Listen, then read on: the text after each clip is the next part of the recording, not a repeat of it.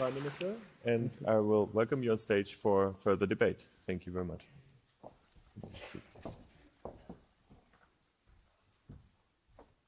Please come here. Yes.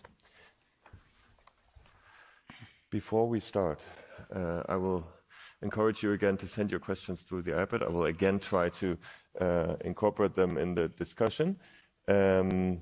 But you mentioned your very particular situation, also security situation of Armenia.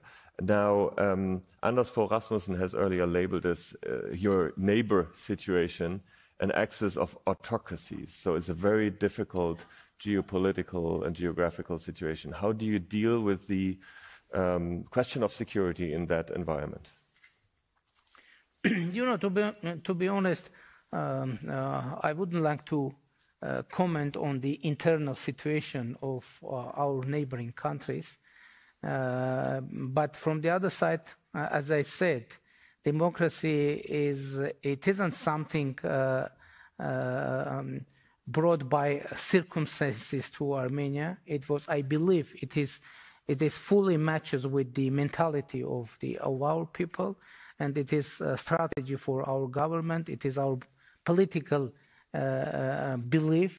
It is our political identity as well, because if you would know the record, our political team, the most part of our life, we were fighting for democracy, rule of law, freedom of speech in our country, and now we have opportunity to implement all those values in our country. But of course, the security situation was complicated, and now even more complicated, not only due to our regional situation, but for global situation as well, because obviously a global order is collapsing now.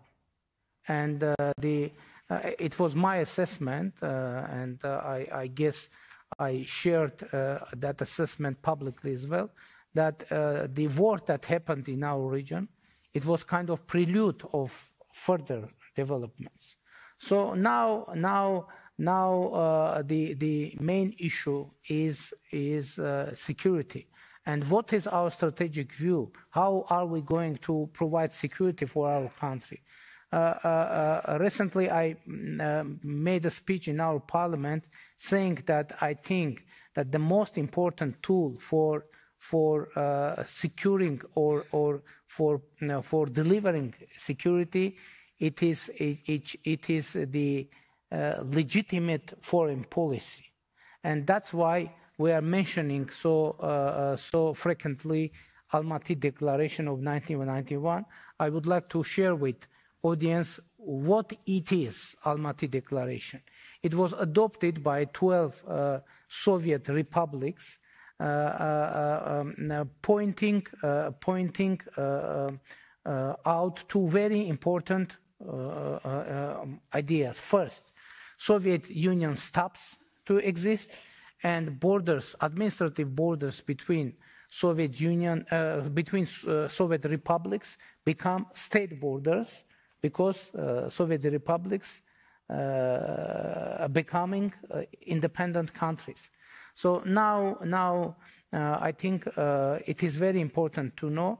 And in the 6th October in Prague, we had quadrilateral meeting with participation of French president, president of European Council, Azerbaijani president, and myself. And there were two very important agreements reached.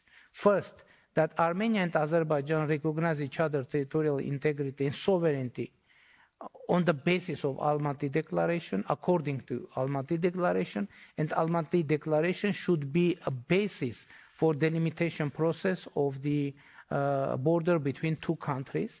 And now that's why I said that that means that we don't need to create new border between Armenia and Azerbaijan.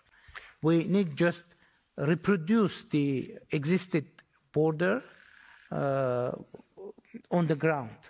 So that process is going on, and we hope that we will be persistent on that.